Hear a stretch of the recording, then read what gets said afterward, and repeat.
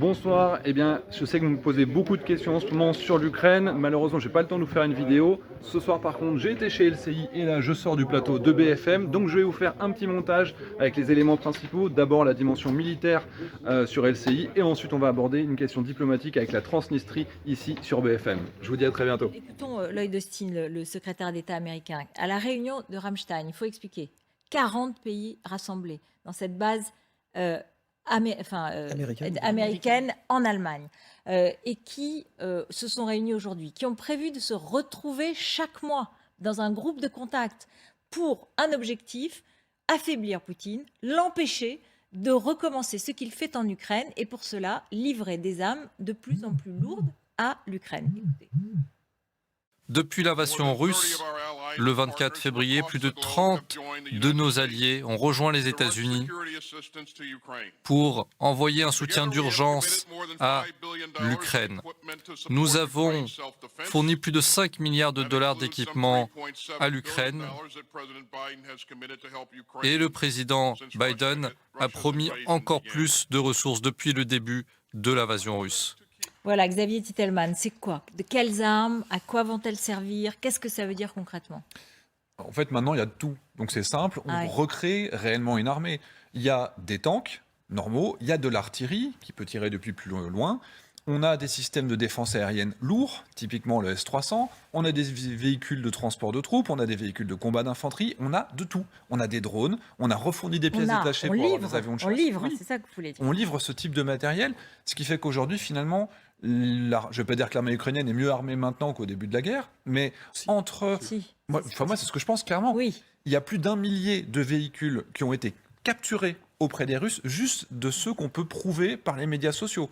200 chars juste volés aux Russes. Donc tout le matériel russe qui est récupéré, plus tout ce qu'on leur fournit aujourd'hui, très clairement, les Ukrainiens étaient en surnombre. Ils sont plus nombreux que les Russes, mais ils étaient moins bien armés jusqu'à maintenant. Là, on a une zone qui est très maintenant réduite en termes de combat. On a toutes les forces russes qui ont convergé vers cette zone-là. Ils ont lancé leur offensive massive, il y a quand même une dizaine de jours maintenant. Sur les fronts où ils ont avancé, c'était 1 km, 2 km par jour maximal. C'est très réduit. Il y a 15-20 km d'avancée. Ils perdent des avions de chasse tous les jours.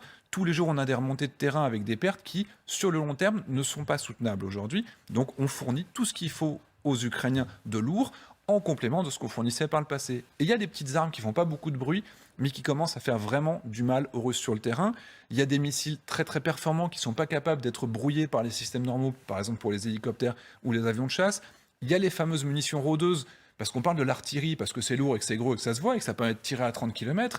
Mais ces fameuses munitions qu'on envoie en première ligne, qui vont chercher leur cible au dernier moment pour casser des systèmes de défense ou des systèmes d'artillerie russes, tout ça, il y en a des centaines. Si dans les jours qui viennent, les Russes perdent encore des centaines de chars et des centaines de systèmes d'artillerie, ils ne peuvent plus passer à l'offensive. Donc aujourd'hui, très clairement, l'armée ukrainienne est en train de s'armer et il faudra quand même quelques semaines pour se préparer. Aujourd'hui, s'ils tiennent et s'ils arrivent à tenir encore quelques semaines, peut-être même que l'Ukraine pourrait réellement repasser à l'offensive et dominer la Russie d'ici un mois et demi. Colonel Goya, les 3,5 milliards de dollars d'armes fournis par les États-Unis ont complètement changé le cours de cette guerre? Oui, c'est un impact considérable. Alors, ça représente quasiment le budget de la défense ukrainien pour une année. Ouais. Deuxièmement, ça représente nettement plus que toutes les aides de tous les autres pays réunis. Donc, en fait, dans le centre de gravité, c'est comme souvent dans les coalitions avec les Américains, c'est quand même eux qui font 80% du boulot, quoi. Donc, c'est eux qui comptent. Et donc, du coup, c'est eux aussi qui donnent un peu le ton et qui qui de fait dirigent la coalition. Maintenant, dans les faits, oui, bien sûr, ça a un impact considérable. Tous ces équipements extrêmement variés, puissants, modernes, ou des choses simples, des choses légères mais extrêmement modernes comme les drones Switchblade par exemple, ça a un impact considérable. Avec des centaines de Switchblade, vous pouvez détruire des centaines de véhicules russes. Donc oui, l'impact il est considérable, mais on voit bien que les Américains sont un peu dans la position des Soviétiques pendant la guerre du Vietnam. C'est-à-dire que les Américains étaient embourbés dans un conflit et les Soviétiques ont saisi l'occasion pour équiper à fond le Nord-Vietnam, l'armée nord-vietnamienne, en disant voilà, on va épuiser les Américains, on va affaiblir les États-Unis et après, voilà, ça nous donnera... C'est ce que veulent faire les Américains aujourd'hui avec les Russes. Épuiser les Russes et affaiblir la Russie. C'est leur objectif, ils y arrivent. Et aujourd'hui, il y a quand même quasiment la moitié de la capacité russe d'offensive, 330 000 hommes à peu près qui ont été investis. Donc la moitié de l'armée russe a été investie. À peu près un quart des troupes qui ont été engagées en Ukraine ont été mises hors de combat de différentes manières. Et effectivement, on n'a pas besoin d'avoir du matériel très très lourd. Les drones Switchblade, ça se voit pas, ça passe un petit peu inaperçu. Et finalement, ça donne des résultats qui sont très intéressants. Mais il y a aussi un élément qui est intéressant, c'est qu'on voit toujours les États-Unis et l'OTAN, mais même des pays, l'Australie, la Nouvelle-Zélande, le Japon, la Corée du Sud, fournissent des armements. Et même, alors ça c'est des armements, mais du point de vue humanitaire, du point de vue soutien, tous les pays, même l'Azerbaïdjan, même les Émirats, tout le monde commence à fournir maintenant à l'Ukraine. On va rester sur les armes et s'intéresser notamment aux pays européens. L'Allemagne, toujours très réticente à s'engager dans ce genre de conflit. Là, les Allemands changent d'approche totalement. Ils vont débloquer, le chiffre a été donné, 2 milliards d'euros pour aider les Ukrainiens et livrer, par exemple, des chars antiaériens. À quoi servent-ils ? Très clairement, déjà ça permet d'éviter que l'offensive russe puisse continuer, mais c'est aussi le type d'équipements qui sont nécessaires pour même reprendre l'avantage et reprendre l'offensive sur le terrain. C'est ce qui leur manquait. Après, encore une fois, il y a beaucoup de matériel et je pense que les Allemands sont très très transparents. La France, jusqu'à maintenant, a quasiment rien dit. Et ce qui est étonnant, on va y venir. Bon. Non, on va y venir parce qu'évidemment, il y a ce chiffre de 2 milliards qui est posé par les Allemands sur la table, 2 milliards d'aides globales pour l'Ukraine. Jusqu'à maintenant, Benjamin Haddad, ce qu'on avait comme chiffre pour la France, c'était 100 millions d'euros d'armes livrées aux Ukrainiens. Alors, bon, déjà, c'est intéressant. La stratégie de communication française, elle commence à évoluer un peu tardivement parce que jusqu'ici, les Français restaient très discrets sur les livraisons d'armes parce qu'on considérait au fond que communiquer dessus, ça crée non seulement d'accélérer les tensions avec la Russie, mais aussi d'exposer les failles de l'Ukraine. Alors, c'est une stratégie de communication qui a beaucoup de sens si tout le monde fait pareil. Le problème, c'est qu'à partir du moment où il y a une sorte de compétition de communication de la part des Américains, des Britanniques, des Polonais qui communiquent sur leur propre livraison, ça a créé un doute sur ce que faisait la France. Alors maintenant, la France commence à être un peu plus transparente et on voit là-dessus qu'on n'a en fait pas vraiment à rougir. C'est-à-dire qu'il y a jusqu'ici 100 millions d'euros en aide bilatérale, mais la France finance aussi à peu près 1/5 de la facilité européenne de paix, c'est-à-dire 1,5 milliard, donc 1/5 de ça pour aider le financement par d'autres pays européens d'armement, parce qu'il faut se donc rappeler on ne peut pas mettre en parallèle les 2 milliards allemands et les 100 millions non, français. parce qu'il y a aussi l'aide humanitaire, il y a l'aide économique, il y a aussi le rôle que joue la France dans l'OTAN, dans la réassurance de l'OTAN pour les autres alliés, c'est-à-dire l'envoi de troupes, par exemple, en Roumanie, le fait que la France commande la force de réaction rapide. Donc, ça coûte. Tout ça, ça coûte. Alors après, il y a aussi des armements dont ont besoin les Ukrainiens, par exemple, qui sont d'origine soviétique. Évidemment, la France n'a pas, mais peut aider à son financement via l'Union européenne pour des pays comme la République tchèque et la Slovaquie. Donc, je crois que tous les pays européens en ce moment sont en train de monter en gamme et d'essayer de livrer plus, parce que les Ukrainiens ont besoin notamment d'armes lourdes, mais il ne faut pas, je crois, cibler ou distinguer un pays européen ou un autre. Mais en tout cas, là, ça veut dire l'Occident ne veut pas laisser gagner Poutine. Et donc, peut-être même veut faire gagner l'Ukraine. C'est possible, ça ?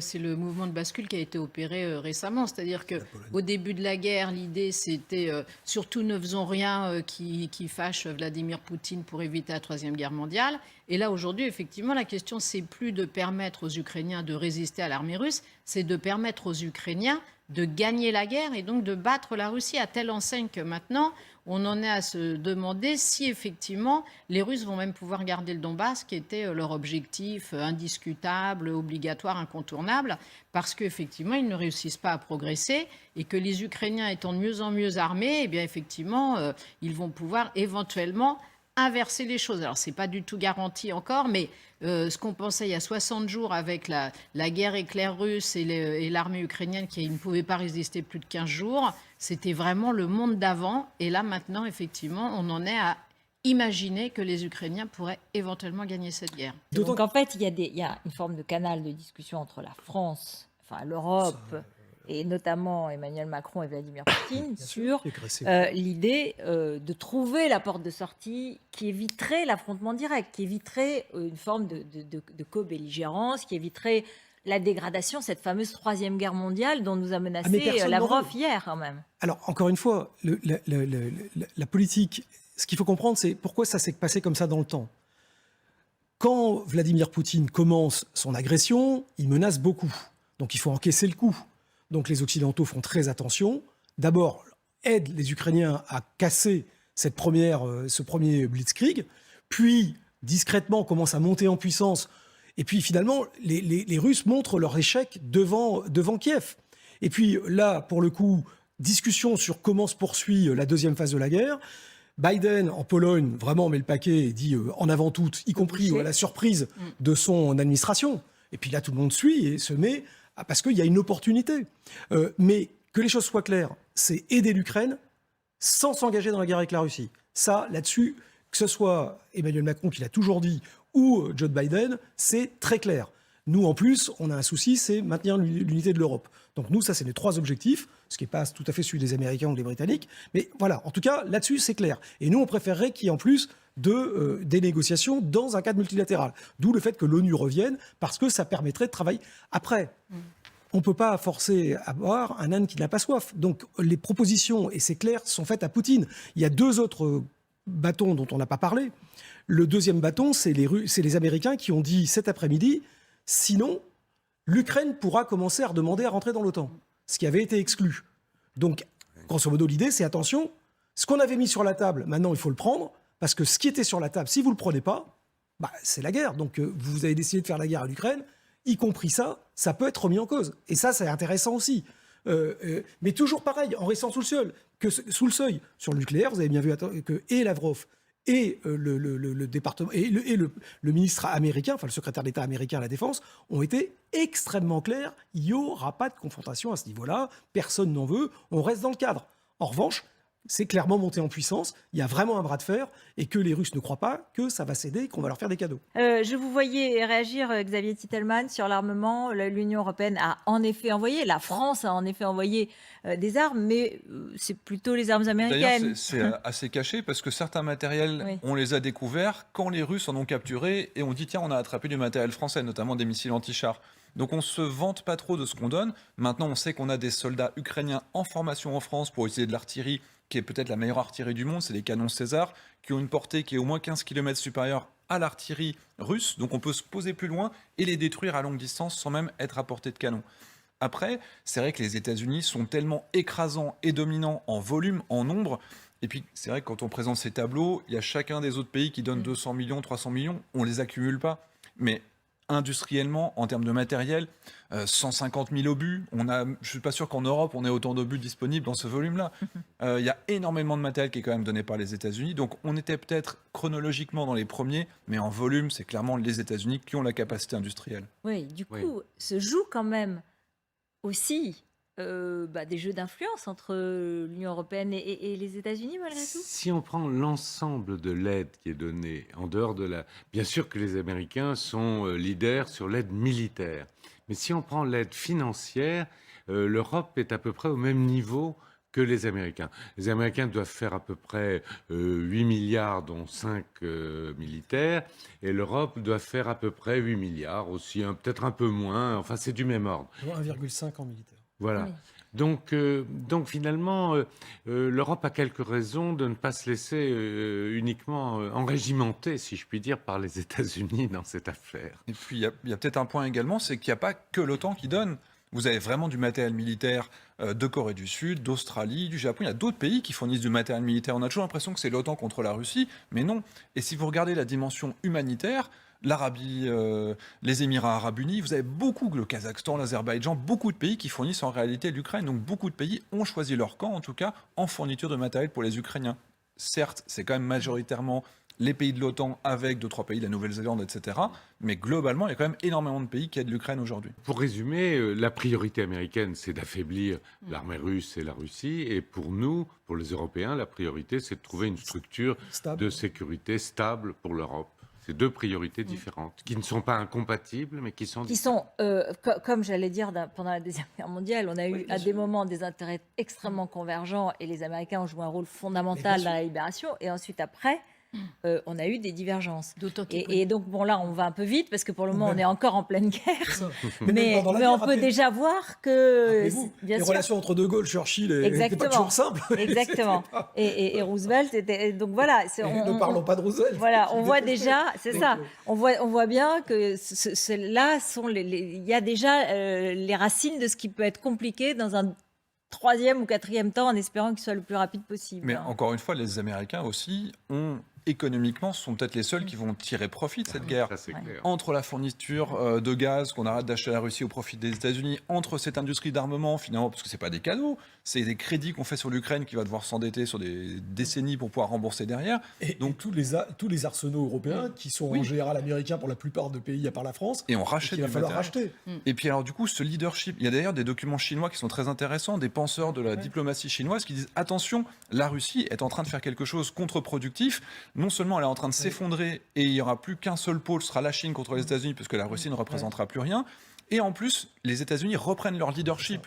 Les pays comme la France et l'Allemagne qui essaient de prendre un petit peu, ce serait vous qui disiez ça, mais les pays qui essayent de prendre un petit peu d'autonomie stratégique. Non, c'est les États-Unis qui redeviennent le leader. L'OTAN revient à l'offensive et continue à avancer. C'est vrai. Poutine, qui était censé être le stratège absolu, c'est un échec complet.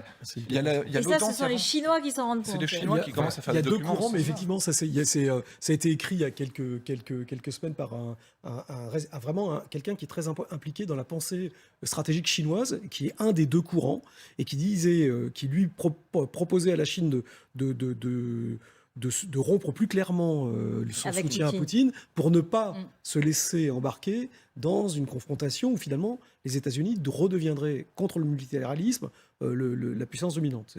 C'est un courant qui existe en Alors, Chine. à l'instant, ça s'accélère. Gazprom suspend dès demain les livraisons de gaz à la Bulgarie. Ce Bulgarie sont les anciens pays satellites de l'Union Voilà. soviétique qui ont et qui sont dans l'OTAN. Voilà, qui sont dans l'OTAN et qui ont sont assez quelques remontés. griefs, effectivement. Il y a une particularité contre, sur la Bulgarie. ouais. C'est le seul pays de l'Europe qui produit encore des obus à la dimension soviétique. Et donc Oui. peut-être que Ah oui. ils ont aussi ce grief-là que les Bulgares sont peut-être les seuls qui leur fournissent en grande quantité. Les autres, c'est des stocks, mais la Bulgarie produit encore. Donc peut-être que c'est pour ça qu'ils les visent. Le régime de Poutine aimerait bien faire la fête de la victoire depuis Mariupol. En tout cas, un défilé de la victoire le 9 mai depuis Mariupol. Ça semble un peu surprenant parce que sur le plan militaire, la situation, comment est la situation Ils peuvent faire des villages Potemkin. Hein. Ils ont recréé une école, soi-disant, c'est tout joli. L'école, la ville, elle est détruite à plus de 85%. Il n'y a plus rien qui tient debout. Ils continuent à taper. Ils annoncent qu'ils ont déjà gagné cette ville. La réalité, c'est qu'il y a quand même 10 km² en plein centre-ville qui sont toujours pas libres d'accès pour les Russes. Et ils continuent à avoir tous les jours. Si on suit sur Internet, on voit qu'il y a encore des tanks qui perdent tous les jours. Donc il y a toujours des combats dans Mariupol. Si en plus maintenant ils font partir les civils, ce serait certainement une très bonne chose, mais est-ce qu'on peut y croire après tant d'échecs finalement? Oui, parce que on a cru qu'il avait promis peut-être à Antonio Guterres, le secrétaire général de l'ONU, qu'il y ait des convois humanitaires. Mais comme c'est la 10e fois à peu près depuis le début de la guerre... On espère y croire. Voilà. Peut-être ça changerait pour donner au moins une image de bonne volonté de la part des Russes. C'est qu'en fait, Militairement. militairement, il ne peut pas prendre le Donbass d'ici le 9 mai. C'est pas possible. Mariupol, ça sera déjà compliqué. Il a une solution simple, c'est la désescalade. On ne lui demande pas de capituler. Et les Occidentaux continueront à tout faire pour aider les Ukrainiens et empêcher que la Russie s'accapare le Donbass dans les jours qui viennent ou les semaines qui viennent.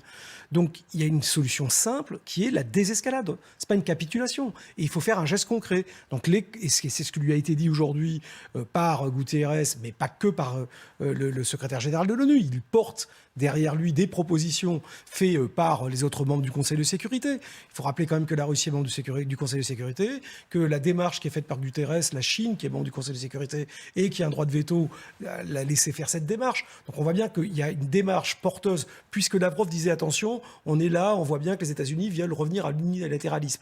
La preuve qu'il y a encore un espace pour le multilatéralisme, c'est la présence du secrétaire général de l'ONU à Moscou, mais il faut y répondre par des gestes concret, par l'ouverture de ces fameux corridors humanitaires. Autre inquiétude ce soir, et c'est la question qui fait trembler les voisins de la Russie. La Moldavie va-t-elle connaître le même sort que l'Ukraine? La Moldavie, on va le voir sur la carte, c'est ici au sud donc de l'Ukraine, petit pays de 2,5 millions d'habitants. La Moldavie qui a sur son territoire une région séparatiste pro-russe, la Transnistrie, une région où plusieurs explosions ont retenti hier, aujourd'hui. Vous allez voir les images. Ce sont notamment des tours radio qui ont été détruites.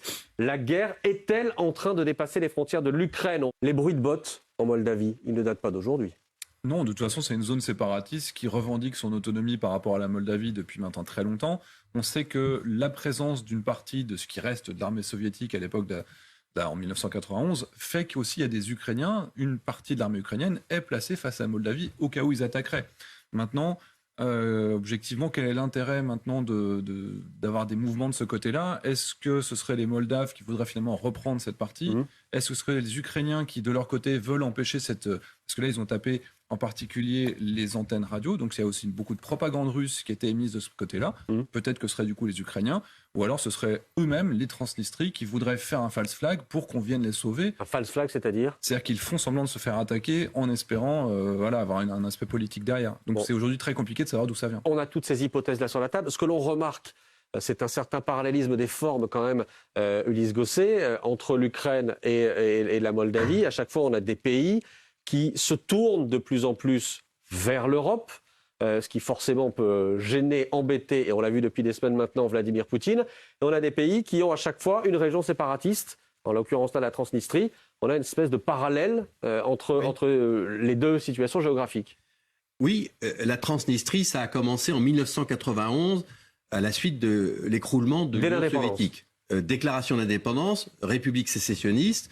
C'est un peu le scénario du Donbass 30 ans avant, ou le scénario de la Crimée encore plus longtemps avant. Donc oui, c'est la répétition et c'est un scénario que les Russes connaissent bien. La différence, c'est que là, on a vraiment un pouvoir à Chisinau, donc la capitale de Moldavie, qui est pro-européen. Et cette présidente que l'on a vue là, elle est pro-européenne. Donc on peut imaginer qu'elle soit déstabilisée de l'intérieur et que effectivement ça provoque un changement de régime, comme il y a eu des déstabilisations en Ukraine auparavant. On se souvient du président Yanukovych qui était pro-russe. Bon, là on a un gouvernement pro-européen. On voit bien l'intérêt que les Russes pourraient avoir à déstabiliser cette zone, parce que la Moldavie, au fond, c'est à 100 km d'Odessa. Si les Russes prennent le Donbass, prennent Mariupol et établissent ce couloir dans tout le sud de l'Ukraine jusqu'à Odessa, et s'ils prennent Odessa, après, ils pourraient avoir vraiment faire d'une bouchée de pain la prise de la Moldavie. C'est ça qui inquiète aussi les gouvernements européens et aussi les Américains. Donc Paris, aujourd'hui, ce soir, dit attention, on ne touche pas à l'intégrité territoriale moldave, on arrête de déstabiliser. Le problème, c'est que ce soir, on ne sait pas qui a fait cet attentat contre les antennes. C'est vrai, on peut noter que ce sont des antennes qui relayaient les radios russes, donc c'est un manquement pour la propagande, mais effectivement, ça pourrait être un appel à l'intervention russe pour défendre la petite Transnistrie, où il y a quand même 1500 Russes. C'est très peu. Soldats, oui, 1500 soldats. Donc c'est peu, mais c'est symboliquement important. Et Poutine, finalement, a envoyé quelques avions pour prendre le pouvoir. Ça pourrait se faire. Ça serait une provocation, évidemment, très sensible, mais ça pourrait se faire. Donc c'est très délicat à gérer. Colonel Goya, est-ce que les Russes ont les moyens de cette ambition-là, en parallèle de ce qui se passe en Ukraine, de poursuivre, on voyait la carte à l'instant, de poursuivre, d'aller vers cette continuité territoriale jusqu'à la Transnistrie, jusqu'à la Moldavie? Bon, ça fait certainement partie du grand plan stratégique. Maintenant, actuellement, ils n'ont pas les moyens militaires de prendre Odessa, pour le dire simplement. Mais en même temps, il se passe des choses dans la région. Effectivement, à Transnistrie, il y a peu de forces russes, 1500 hommes. Il y a une petite milice transnistrienne qui, pour l'instant, est mise en alerte. Si on voit sur la carte le A de Odessa, il y a un pont, c'est le pont de Zatova. Et c'est le pont qui relie la partie sud de l'Ukraine, qu'on voit sous le mot Odessa, au reste de l'Ukraine. Et ce pont est coupé, a été détruit par les Russes. Et donc toute cette région est pour l'instant coupée. Bon, pourquoi on ne sait pas trop. Dans la région de Mykolaïev et de Kherson, il y a des combats assez volatiles, assez fluides. Ça part d'un sens ou dans l'autre. On ne sait pas très bien ce qui se passe. On sait que, est revenu sur le tapis le projet de création d'une république de Kherson. Donc d'un référendum bidon permettant la création d'une république de Kherson et peut-être, pourquoi pas, une république de Mélitopol, donc la grande ville qui se trouve à l'ouest. Comme il y avait eu à Donetsk et à Louhansk. Exactement, sur le même modèle, et donc créer une sorte de fédération tout le long qui serait bien évidemment affiliée à une sorte de nouvelle Union soviétique recréée par Vladimir Poutine. Donc voilà, donc pour résumer, oui, Odessa, ça reste, et le lien avec la Transnistrie, ça reste un objectif stratégique. Actuellement, on ne voit pas très bien comment, au moins à court terme, il pourrait y parvenir. Xavier Titelman, dans la tête des généraux russes, ils le disent, l'un des principaux généraux russes l'a dit, il a clairement dit que la Russie voulait s'emparer du sud de l'Ukraine, on en parlait à l'instant, pour ensuite pouvoir accéder à la Transnistrie. Oui. Ça a été théorisé, ça a été dit publiquement. Mais je pense que le 22 février, avant de faire la guerre, ils croyaient déjà qu'ils envahiraient toute cette zone et qu'ils pourraient effectivement accéder à la Transnistrie. Aujourd'hui, c'est plus possible. Maintenant, effectivement, le fait de couper les ponts qui permettaient d'accéder à l'extrême sud de l'Ukraine, certaines personnes pensent que c'est en fait une volonté peut-être de faire un débarquement de ce côté-là, parce que ça permettrait d'accéder directement à la Transnistrie et à la Moldavie par le sud, en empêchant, en coupant les ponts, en évitant justement aux Ukrainiens de pouvoir revenir se défendre. Maintenant, on a vu ce qui se passe au niveau de la marine. Les Ukrainiens ont mis énormément de mines et sur les plages et évidemment dans l'eau. Et on voit qu'ils ont des missiles de croisière qui sont capables de shooter notamment la flotte de la mer Noire. Donc ça paraît très très compliqué. Je ne comprends pas exactement ce qu'ils veulent de ce côté-là. Mais de mettre la pression aussi sur la Moldavie, est-ce que ça obligerait pas aussi les Ukrainiens à disperser d'une certaine manière leurs forces? Ils ont déjà leurs forces qui sont dispersées. Au contraire, si ça pouvait s'apaiser de ce côté-là, effectivement, ils pourraient repatrier certaines brigades qui sont face à la Transnistrie. Peut-être que maintenir cette tension implique que les Ukrainiens vont devoir rester positionnés loin. On a vu Benjamin Haddad instantanément ce soir, la France, les États-Unis se positionner.